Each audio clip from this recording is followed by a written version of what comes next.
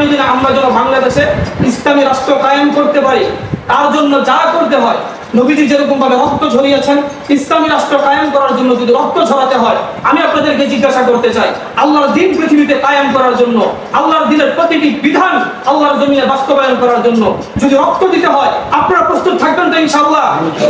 তোমরা লাখে 2500 টাকা করে আমার নামে বছরে একবার তুমি মানুষকে দাও, তাহলে তোমাদের দেশের অর্থনীতি আস্তে আস্তে উন্নত হবে। আল্লাহ পাকের এই বিধান আমরা মানতে গেলে আমাদের গায়ের মধ্যে আগুন ধরে, অথচ পশ্চিমারা আমাদেরকে বিকাশ ট্যাক্স ধরিয়ে দিয়ে প্রতি হাজারে 20 টাকা করে কেটে নিচ্ছে। সেই 20 টাকা আমাদের গায়ে লাগে না। যখন আল্লাহ প্রদত্ত বিধান পালন করতে যাই, তখন আমাদের গায়ে লাগে। এরকম যারা মুসলিম রয়েছে, তারা মুসলিম সমাজে মুসলিম পরিচয়ে বসবাস করার কোনো অধিকার তারা রাখে না। আমরা আরেকবার মহান রব্বুল আলামিনের দরবারে শুকরিয়া আদায় করি। আলহামদুলিল্লাহ। সম্মানিত হাজিরিন, সম্মানিত মুসল্লিয়ান কিরাম, আমি মাঝে মধ্যে আপনাদের কাছে আসি পবিত্র কালামুল্লাহ শরীফের কিছু কথা, কিছু বিধান আপনাদের সামনে আলোচনা করার জন্য। আপনাদের মসজিদের যিনি ইমাম সাহেব স্বনামধন্য ইমাম খতিব সাহেব রয়েছেন, এবং আপনাদের মসজিদের যিনি সভাপতিত্বের দায়িত্বে আছেন, মূলত ওনাদের দুজনের ভালোবাসায় আমি এখানে আসি। সেই সময় আপনাদের সাথে কিছু কথাবার্তা, হৃদয়ের কিছু দুঃখের কথা, কিছু সুখের কথা আপনাদের সাথে বলা হয়। তো আল্লাহ রব্বুল আলামিনের দয়ায় আমি এখানে আসছি। মহান রব্বুল আলামিন যদি চান, তাহলে আজকে একটা বিষয় নিয়ে আলোচনা করব। সেই বিষয়টি হলো রাষ্ট্র পরিচালনায় আমাদের নবী মুহাম্মদ সাল্লাল্লাহু আলাইহি ওয়াসাল্লামের ভূমিকা কি ছিল, কেমন ছিল। আচ্ছা, আমাদের নবী মুহাম্মদ সাল্লাল্লাহু আলাইহি ওয়াসাল্লাম উনি কি শুধুমাত্র আমাদের নবী, নাকি যারা হিন্দু, বৌদ্ধ, খ্রিস্টান বিজাতীয় যারা রয়েছে তাদের নবী? সবার নবী, তাই না? সবার নবী। কারণ আল্লাহ রাব্বুল আলামিন বলেছেন, ওয়া মা আরসালনাকা ইল্লা রাহমাতাল লিল আলামিন। ওগো নবী, আমি শুধুমাত্র আপনাকে মুসলিমদের জন্য রহমত স্বরূপ প্রেরণ করি নাই। আমি যেমনি ভাবে আপনাকে মুসলিমদের জন্য রহমত স্বরূপ প্রেরণ করেছি, ঠিক ওরকম ভাবে গোটা বিশ্বের মধ্যে যারা বসবাস করবে তাদের সকলের জন্য আমি আপনাকে রহমত স্বরূপ প্রেরণ করেছি। জোরে বলেন সুবহানাল্লাহ।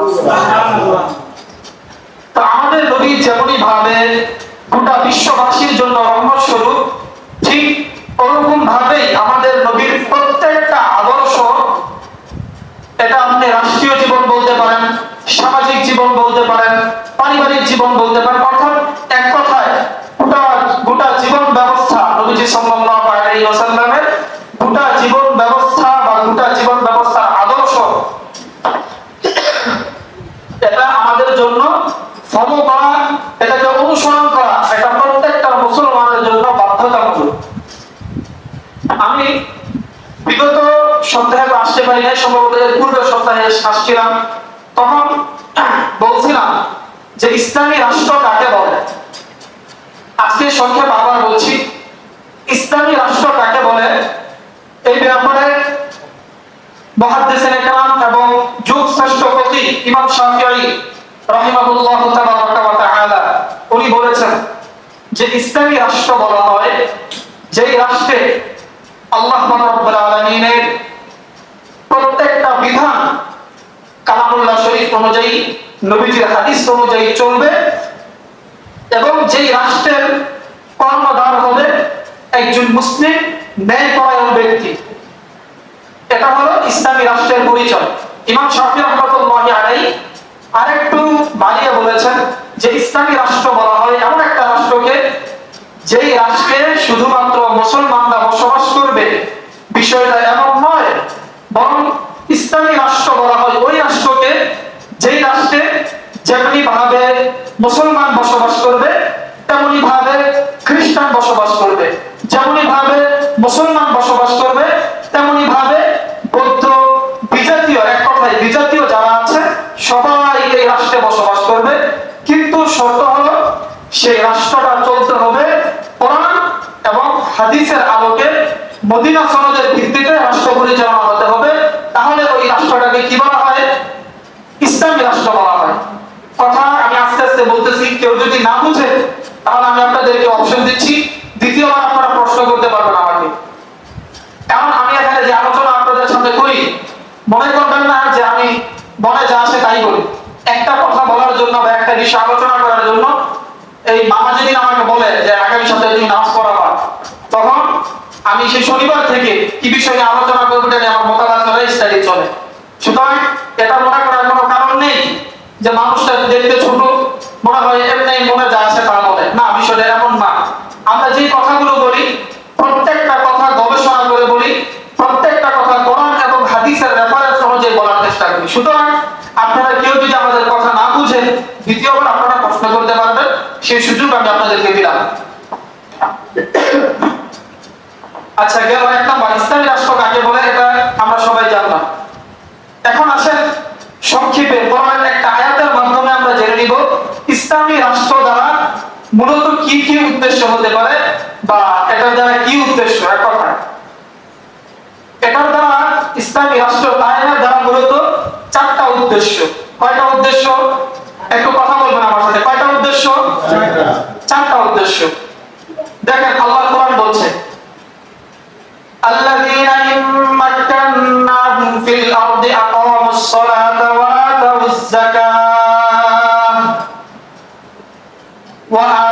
যাকাতা ওয়া আমারু বিল মা'রুফি ওয়া নাহাউ আনিল মুনকার। আল্লাহ কোরআন দ্ব্যর্থহীন ভাবে দুনিয়াবাসীদেরকে জানিয়ে দিয়েছে, ও দুনিয়ার লড়াকু সৈনিকেরা, ও দুনিয়ার বীর সিপাহসালাররা, তোমরা আল্লাহর জমিনে খেলাফত আলা মিনহাজিন নবুওয়া বা ইসলামী শরিয়া বিধান যেটাকে বলা হয়, সেই বিধান তোমরা আল্লাহর জমিনে কায়েম করবে। মূলত উদ্দেশ্য থাকবে তোমাদের চারটা। এক নম্বর উদ্দেশ্য হলো আল্লাযীনা ইম্মাক্কান্নাহুম ফিল আরদি আকামুস সালাহ, আল্লাহর জমিনে তোমরা আল্লাহর দ্বীন কায়েম করবে। প্রথম উদ্দেশ্য হলো তোমাদের দ্বীন কায়েম করার মাধ্যমে যেন রাষ্ট্রের প্রতিটি কোণায় কোণায়, প্রতিটি সেক্টরে সেক্টরে আল্লাহর দ্বীন অর্থাৎ নামাজ প্রতিটি সেক্টরে সেক্টরে কায়েম হয়ে যায়। তাহলে প্রতিটি সেক্টরে সেক্টরে, প্রতিটি গ্রামে গ্রামে নামাজ বাধ্যতামূলকভাবে প্রত্যেকটা মুসলমানের উপরে করতে হবে। এই আইন মুসলিম জনপদের যারা নেতা থাকবে তাদের উপর সর্বপ্রথম দায়িত্ব। কথা বিস্তারিত ব্যাখ্যা করার সময় নেই। দ্বিতীয় উদ্দেশ্য হলো আল্লাহ পাক রব্বুল আলামিন বলেন, আল্লাযীনা ইম্মাক্কান্নাহুম ফিল আরদি আকামুস সালাতা ওয়া আতাউয যাকাত।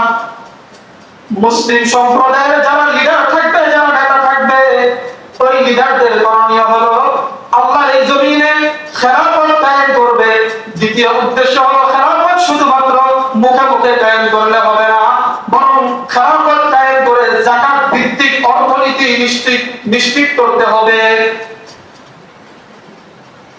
দুই নম্বর হলো যাকাত ভিত্তিক অর্থনীতি এটা আল্লাহর এই জমিনে প্রতিষ্ঠিত করতে হবে।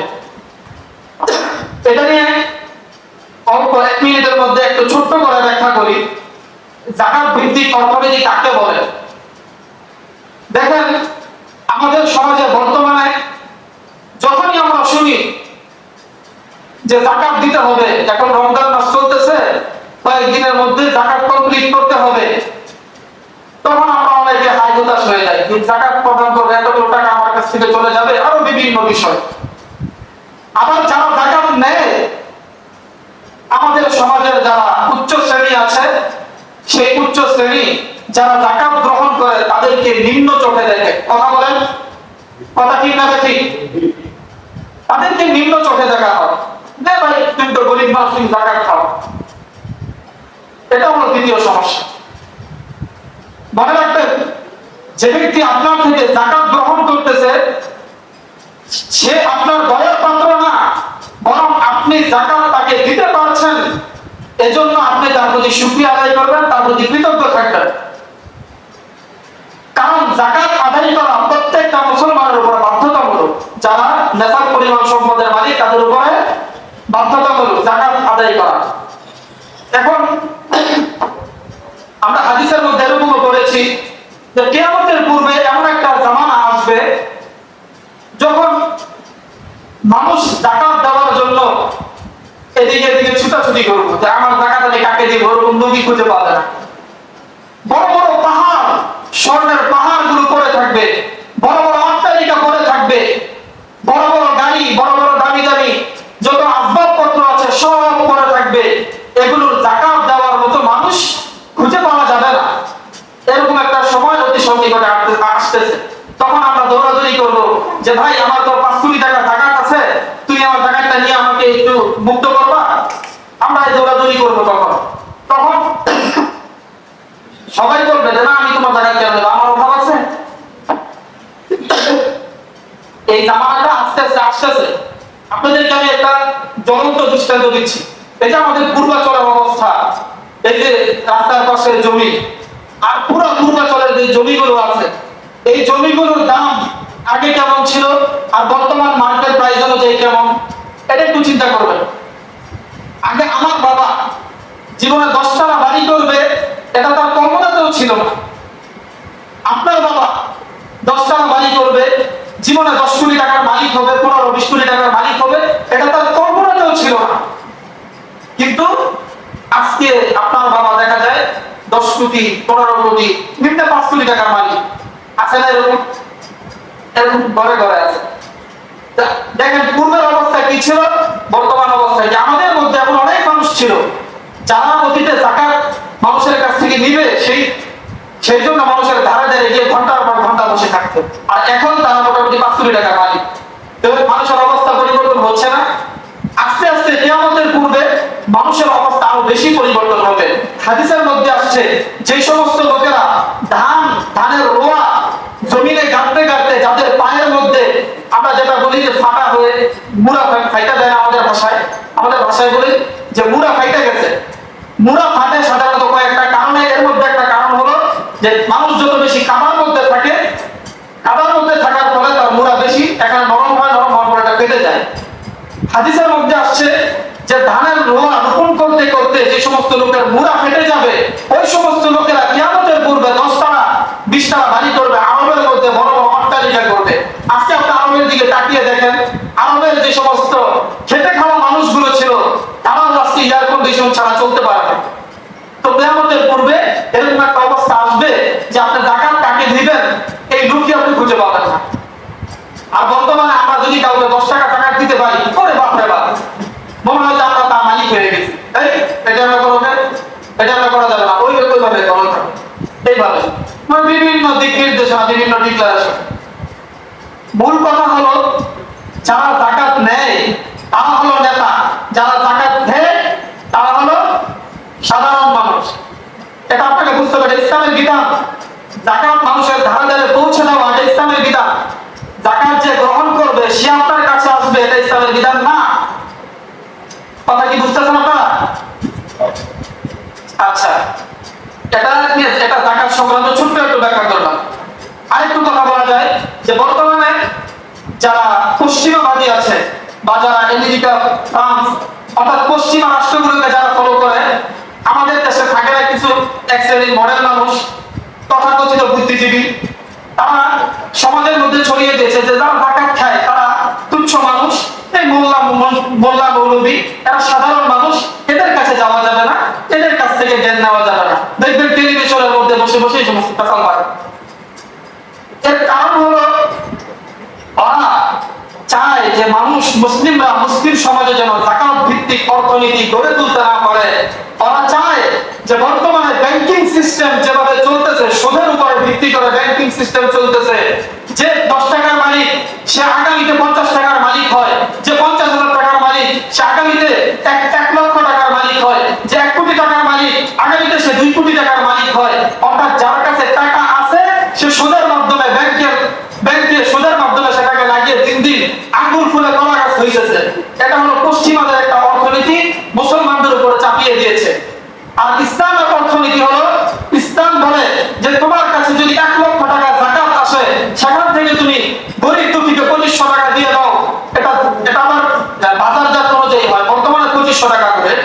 তুমি সেখান থেকে গরিব দুঃখীকে 2500 টাকা দিয়ে দাও, আমরা সেখান থেকে মানুষকে দিতে গেলেই আমাদের গায়ের মধ্যে লাগে। অথচ ওই পশ্চিমাদের দ্বারা যারা পরিচালিত হয়, তারা একটা বিকাশ খুলে দিচ্ছেন আমাদেরকে, বিকাশ অ্যাপ। আচ্ছা চলো, বিকাশ অ্যাপে যদি আমরা 1000 টাকা পাঠাই, তাহলে সেখান থেকে খরচ দিতে হয় কয় টাকা? 20 টাকা আমাদেরকে 1000 টাকায় খরচ দিতে হয়। তো যখন আমরা 1000 টাকা কাউকে পাঠাই, সেখান থেকে বিকাশ অ্যাপকে 20 টাকা দিতে আমাদের গায়ে লাগে না। আল্লাহ প্রদত্ত বিধান, আল্লাহ যখন আদেশ করেছেন, ওহে মুমিন সম্প্রদায়, তোমাদেরকে আমি যে ধন সম্পদ দিয়েছি, তোমাদেরকে আমি যে ধন সম্পদ দান করেছি, তোমরা পরম্পরা ভাবে যে তোমাদের বাপ্তাটা থেকে ধন সম্পদ পেয়েছ, সেখান থেকে তোমরা লাখে 2500 টাকা করে আমার নামে বছরে একবার তুমি মানুষকে দাও, তাহলে তোমাদের দেশের অর্থনীতি আস্তে আস্তে উন্নত হবে। আল্লাহ পাকের এই বিধান আমরা মানতে গেলে আমাদের গায়ের মধ্যে আগুন ধরে। অথচ পশ্চিমা আমাদেরকে বিকাশ অ্যাপ ধরিয়ে দিয়ে প্রতি হাজারে 20 টাকা করে কেটে নিচ্ছে, সেই 20 টাকা আমাদের গায়ে লাগে না। যখন আল্লাহ প্রদত্ত বিধান পালন করতে যাই, তখন আমাদের গায়ে লাগে। এরকম যারা মুসলিম রয়েছে, তারা মুসলিম সমাজে মুসলিম পরিচয়ে বসবাস করার কোনো অধিকার তারা রাখে না। আল্লাহ প্রদত্ত বিধান আপনাকে সব সময় এটাকে সম্মান করতে হবে। যাই হোক, এটা ছিল 2 নম্বর উদ্দেশ্য। 3 নম্বর উদ্দেশ্য হলো ওয়ামারু বিল মা'রুফ। আল্লাহ পাক বলছেন, ও দুনিয়ার মুমিন সম্প্রদায়, তোমরা যারা খারাপ লোক আছে, খারাপ লোকদেরকে তোমরা ভালো কাজের দিকে আদেশ করো, তারা যেন খারাপ কাজের দিকে না যায়, সেটা তোমরা লক্ষ্য রাখো। ওয়ামারু বিল মা'রুফ ওয়া নাহু আনিল মুনকার। আর যদি দেখো যে তারা খারাপ কাজের দিকে চলে গিয়েছে, তাহলে সেই খারাপ কাজ থেকে তাদেরকে বাধা প্রদান করো। সেই বনী ইসরাঈলের ঘটনা আমি আর কয়েকদিন আগে এখানে ব্যক্ত করেছি। সেই বনী ইসরাঈলের ঘটনা থেকে আমরা যেটা বুঝতে পারছি, আল্লাহ প্রদত্ত বিধান যারা লঙ্ঘন করে তারা নিজেরাও ধ্বংস হবে, যারা সাপোর্ট করে তারাও ধ্বংস হবে। সুতরাং যারা অন্যায় করবে আর যারা অন্যায়কে সাপোর্ট করবে, দুই দল ধ্বংস হয়ে যাবে। আল্লাহ পাক রব্বুল আলামিন আমাদেরকে যারা অন্যায় করে তাদেরকে বাধা দেওয়ার মতো তৌফিক দান করুন, এবং আমরা যেন মানুষকে খারাপ কাজ ভালো কাজের দিকে পথ দেখাতে পারি, সেই তৌফিক আল্লাহ আমাদেরকে দান করুন, বলেন আমিন।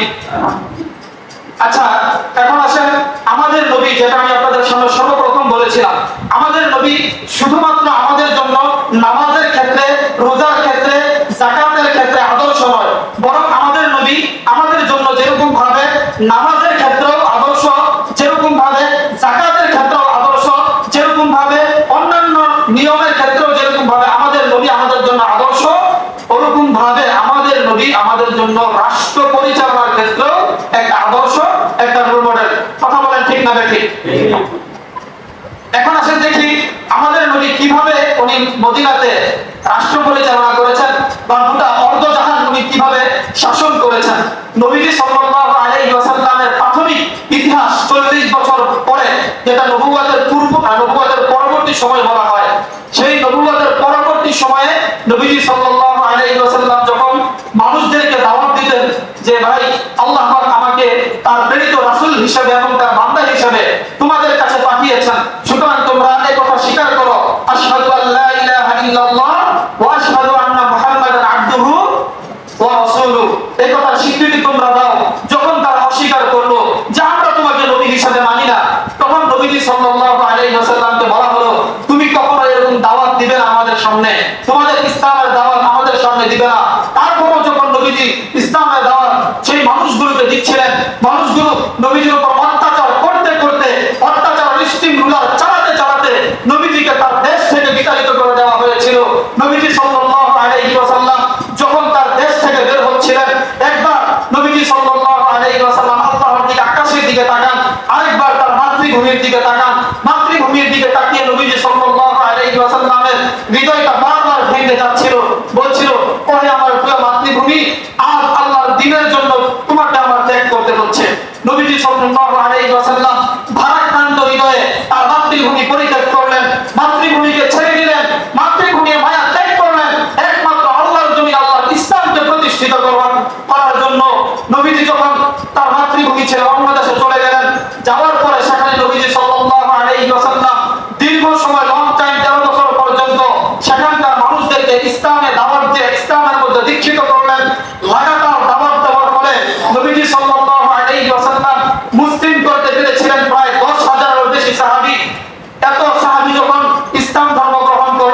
নবীজি সাল্লাল্লাহু আলাইহি ওয়াসাল্লাম যখন সামরিকভাবে শক্তিশালী হয়েছেন, তখন নবীজি সাল্লাল্লাহু আলাইহি ওয়াসাল্লাম 10,000 সাহাবী নিয়ে 10,000 সাহাবী এবং 10,000 উট সহ 10,000 ঘোড়া, 10,000 উট, 10,000 সাহাবী, 10,000 ঘোড়া এবং 10,000 তলোয়ার নিয়ে নতুন করে তার মাতৃভূমিতে প্রবেশ করলেন। নবীজি যখন তার মাতৃভূমিতে 10,000 সাহাবী নিয়ে বীরের বেশে প্রবেশ করছিলেন, মক্কার প্রত্যেকটা কাফেররা বলতেছিল যে আজকে মুহাম্মদ আসতেছে তার বাহিনী নিয়ে, আজকে মুহাম্মদ আমাদেরকে আক্রমণ করবে, আজকে আমাদের কি হবে?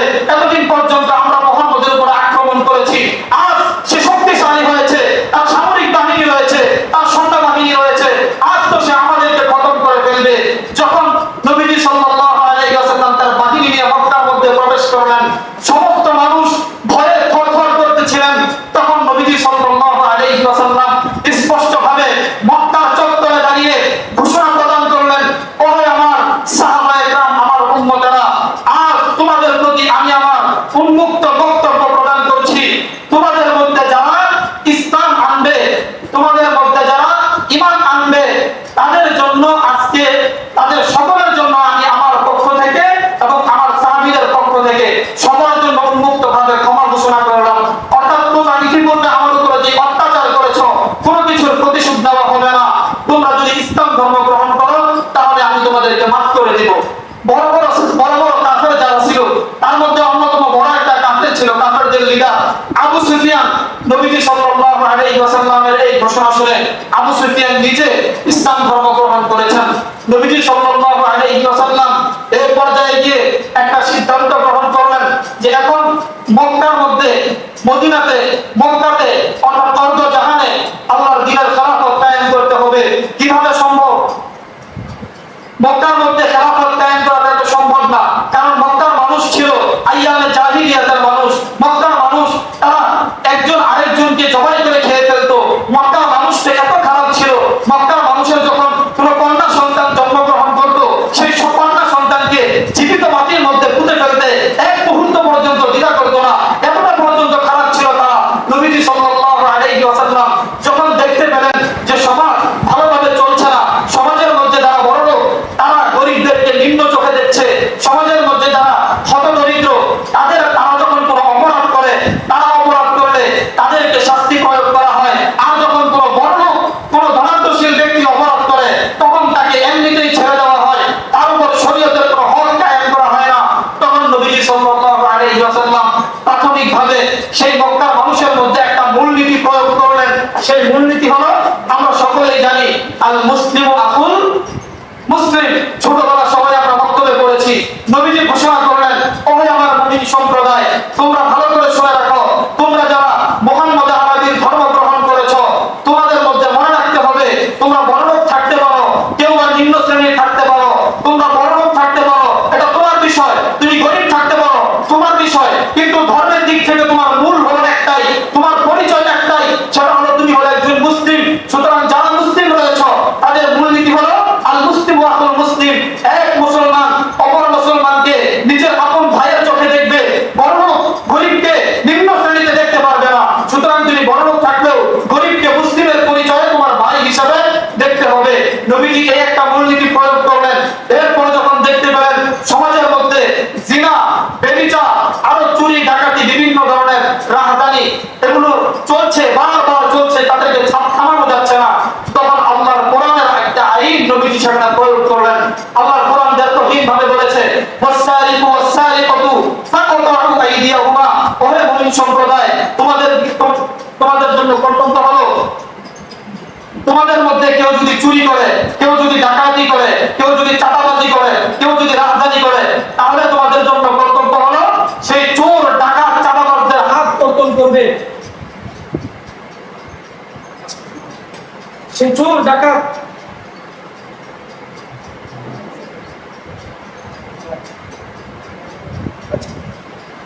তাহলে তোমাদের জন্য কর্তব্য হলো, সেই চোর, ডাকাত, রাহাজানি যারা করে তাদেরকে তাদের হাত কর্তন করে দিবে। নবীজি সাল্লাল্লাহু আলাইহি ওয়াসাল্লাম যখন এই ঘোষণা করলেন, তখন মক্কার মধ্যে একটা মহিলা ছিল, যেই মহিলা নবীজির বংশের ছিল, অর্থাৎ কুরাইশ বংশের ছিল মহিলাটা, আর মহিলার নাম ছিল ফাতেমা রাদিয়াল্লাহু তাআলা আনহা। ফাতেমা আর কার নাম ছিল কে বলতে পারবেন? জোরে বলেন। মেয়ের নাম ছিল, নবীজি সাল্লাল্লাহু আলাইহি ওয়াসাল্লামের মেয়ের নামও ছিল ফাতেমা, আর যে চুরি করেছে তার নামও ছিল ফাতেমা। যখন চুরি করে ধরা পড়লো ফাতেমা নামক মেয়েটা, তখন মক্কার মধ্যে একটা আলোড়ন সৃষ্টি হয়ে গেল, একটা হইচই সৃষ্টি হয়ে গেল যে এখন তো চুরি করেছে আমাদের সম্ভ্রান্ত বংশের একজন লোক, একজন নারী, সেই নারীর নামও হলো ফাতেমা। তখন কিছু কিছু সাহাবা একরাম বলতেছিলেন যে কোনো সমস্যা নাই, সে তো আমাদের বংশের লোক, নবীর বংশের লোক, কুরাইশ বংশের লোক, সমস্যা নাই, নবীজির কাছে আমরা আবেদন করে তার শাস্তিটাকে আমরা মওকুফ করে দেব, তার শাস্তিটাকে বাতিল করে দেব।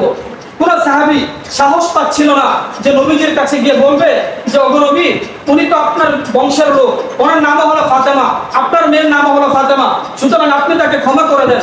নবীজির কাছে এই কথা বলার মতো কোনো সাহসী লোক ছিল না। তখন নবীজির একজন নাতি ছিল, যেই নাতি হযরত যায়েদ বিন আরকাম, হযরত যায়েদ বিন সাবিত রাদিয়াল্লাহু তাআলা আনহু, ওনার ছেলে ছিল। যায়েদ বিন সাবিত ছিল নবীজির পালক পুত্র, আর পালক পুত্রের একজন ছেলে ছিল যার নাম ছিল ওসামা। এই ওসামাকে নবীজি সাল্লাল্লাহু আলাইহি ওয়াসাল্লাম অনেক ভালোবাসতেন, অনেক মহব্বত করতেন। ওসামাকে পাঠালো, সাহাবায়ে کرام এই কথা বলে দিল যে যাও তুমি গিয়ে বলো তোমার দাদার কাছে যে এখন আপনি যেহেতু আপনার বংশের লোক চুরি করে ধরা পড়েছে, শাস্তি দিলে আপনার মান সম্মান যাবে, সুতরাং আপনি তাকে মাফ করে দেন। ওসামা রাদিয়াল্লাহু তাআলা আনহু নবীজির দরবারে গেলেন। যাওয়ার পরে নবীজির কাছে কতক্ষণ পর্যন্ত এমনিতেই হুশ গল্প কতক্ষণ পর্যন্ত করলেন। করার পরে সুযোগ বুঝে নবীজির কাছে বলল, ওগো নবী, যে নারীটি চুরি করে ধরা পড়েছে, এখন তো আপনি তার উপরে আল্লাহর দ্বীনের হক কায়েম করবেন। যেই নারীটি চুরি করে ধরা পড়েছে, এখন তো আপনি তার হাত কর্তন করবেন। এখন আপনি যদি তার হাত কর্তন করেন, তাহলে আপনার বংশের মান সম্মান মাটির সাথে মিশে যাবে। আর সে হলো আপনার মেয়ের নামের একজন নারী, আপনার মেয়ের নামও ফাতেমা, তার নামও হলো ফাতেমা। এখন আপনি যদি তাকে শাস্তি দেন, দুই দিক থেকে আপনার মান সম্মান যাবে। তখন নবীজি সাল্লাল্লাহু আলাইহি ওয়াসাল্লাম যখন এই কথা শুনতে পেলেন, আমার নবীজি রাগান্বিত হয়ে গেলেন। হাদিসের মধ্যে আসছে নবীজির সেই লাল টকটকে চেহারাটা আরো লাল হয়ে গেল, কেমন যেন বেদনার যেই টুকরোগুলো আছে সেই টুকরোর মতো লাল টকটকা হয়ে গেল রাগে। নবীজি সাল্লাল্লাহু আলাইহি ওয়াসাল্লাম বললেন, ওসামা, তোমাকে আমি ভালোবাসি, তুমি আমার নাতি হও, তোমাকে ভালোবাসি, এ কথা ঠিক আছে, কোনো সমস্যা নেই, কিন্তু যেখানে আল্লাহর দ্বীনের বিধান রয়েছে, যেখানে আল্লাহর দ্বীনের বিধান হলো তার হাত কর্তন করে দিতে হবে, তার হাত কেটে দিতে হবে, সেখানে আল্লাহর দ্বীনের বিধানের ব্যাপারে তুমি আমার কাছে নালিশ করতে আসছো, আমার কাছে তুমি সুপারিশ করতে আসছো যে আমার বংশের লোক চুরি করেছে, বিদায় আমি তাকে ছেড়ে দিব, তুমি এটা ভাবলা কি করে?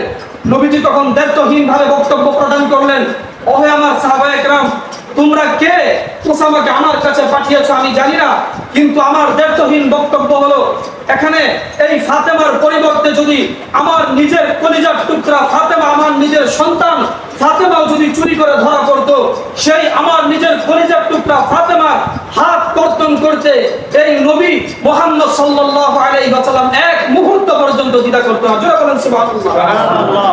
তাহলে আমার নবী, আপনার নবী শুধুমাত্র দয়ার নবী, নাকি আল্লাহর দ্বীন কায়েম করার জন্য তিনি কঠোর নবীও ছিলেন? কঠোর ছিলেন না? জোরে বলেন, কঠোর ছিলেন কি ছিলেন না? এখন আমরা শুধুমাত্র ছড়িয়ে যাই বিভিন্ন জায়গায় যে আমার নবী দয়ার নবী, আমার নবী গরিব ছিলেন, আরো বিভিন্ন ধরনের স্লোগান আমরা ছড়িয়ে দিই। এগুলো সম্পূর্ণরূপে জয়ীফ কথাবার্তা, এগুলো বলে কারা? আমি তো এটাই বুঝি না। যারা বলে হাদিস এটা সামান্য কোনো একটা বিষয় না, আপনি মনে করেন একটা হাদিস পাইছেন, এটা আপনি সাধারণভাবে মানুষের সামনে বলবেন, এই অধিকার আপনার নাই। হাদিস নিয়ে আপনার পড়াশোনা করতে হবে। আপনি হাদিস কার কাছ থেকে শুনছেন সেটার দলিল থাকতে হবে, সে কার কাছ থেকে শুনছে তার দলিল থাকতে হবে, সে কার কাছ থেকে শুনছে তার দলিল থাকতে হবে। এভাবে পর্যায়ক্রমে ধারাবাহিকভাবে আমাদের নবী মুহাম্মদ সাল্লাল্লাহু আলাইহি ওয়াসাল্লাম পর্যন্ত ধারাবাহিকতা থাকতে হবে। আপনি একজন সলিমুল্লাহ কলিমুল্লাহ থেকে শুনলেন একটা হাদিস যে ওরকম জামানায় ওরকম কিছু একটা হয়েছে, নবীজির জামানায় এটা ঘটছে, শোনার পরে যাচাই বাছাই ছাড়া আপনি বর্ণনা করে দিলেন, আপনার নাই কোনো সনদ, নাই কোনো পরম্পরা, আপনার কাছে কে বর্ণনা করছে তার কোনো দলিল নাই আপনার কাছে, ঠাস করে বলে দিলেন এই হাদিস গ্রহণযোগ্য হবে না। সুতরাং যারা যুগে যুগে এই সমস্ত কথা বলে আসছে আমাদের নবী শুধুমাত্র গরিব ছিলেন, গরিবই জিন্দেগি যাপন করেছেন, কেন আপনারা এই কথা বলতে পারেন না? আমাদের নবী যেরকম ভাবে প্রাথমিক জীবনে গরিব ছিলেন, আমাদের নবী সর্বশেষ জীবনে গিয়ে রাষ্ট্রপ্রধান ছিলেন, দেশের প্রধানমন্ত্রী ছিলেন, এই কথা বলতে সমস্যা কোথায়? আমাদের নবী কি প্রধানমন্ত্রী ছিলেন না? আরে বাংলাদেশের মতো এই ছোটখাটো একটা আন্ডামার্কা রাষ্ট্র নবীজি পরিচালনা করেন নাই। গোটা অর্ধজাহান, পৃথিবীর অর্ধজাহান নবীজি শাসন করেছে। আমার নবী গরিব ছিল, একটা মুখের কথা বলে দিলেন। আমার নবী প্রাথমিকভাবে যেরকম গরিব ছিলেন ওরকম ভাবে নবীজি তার চেষ্টায় আল্লাহ তাআলার দানে আল্লাহ তাআলা নবীজি সাল্লাল্লাহু আলাইহি ওয়াসাল্লামের শেষ জামানায় দেশের প্রধানমন্ত্রী বানিয়েছে। আল্লাহ পাক রব্বুল আলামিন আমাদেরকে বোঝার তৌফিক দান করুন। সময় নেই, যে কথাগুলো বললাম নবীজি সাল্লাল্লাহু আলাইহি ওয়াসাল্লামের রাষ্ট্র পরিচালনায় অনেকগুলো ভূমিকা ছিল, তার মধ্যে মাত্র 2টা ভূমিকা আমি আপনাদের সামনে তুলে ধরেছি। ভবিষ্যতে কোনো সময় হলে আল্লাহ পাক যদি আমাদের তৌফিক দান করেন তাহলে বাকিগুলো বলবো ইনশাআল্লাহ। আল্লাহ তাআলা আপনাদেরকে এই কথাগুলো শুনে আমল করার তৌফিক দান করুন এবং আগামী দিনে আমরা যেন বাংলাদেশে ইসলামী রাষ্ট্র কায়েম করতে পারি তার জন্য যা করতে হয়, নবীজি যেরকম ভাবে রক্ত ঝরিয়েছেন ইসলামী রাষ্ট্র কায়েম করার জন্য যদি রক্ত ঝরাতে হয়, আমি আপনাদেরকে জিজ্ঞাসা করতে চাই, আল্লাহর দ্বীন পৃথিবীতে কায়েম করার জন্য, আল্লাহর দ্বীনের প্রতিটি বিধান আল্লাহর জমিনে বাস্তবায়ন করার জন্য যদি রক্ত দিতে হয় আপনারা প্রস্তুত থাকবেন তো ইনশাআল্লাহ? আল্লাহ পাক আপনাদের এই প্রস্তুতিকে কবুল করুন এবং আপনাদের মনের নেক আশাকে কবুল করুন। যারা সুন্নাত পড়েননি সুন্নাত পড়ে নিন। ওয়া মা তাওফীক ইল্লা বিল্লাহ। আসসালামু আলাইকুম ওয়া রাহমাতুল্লাহ।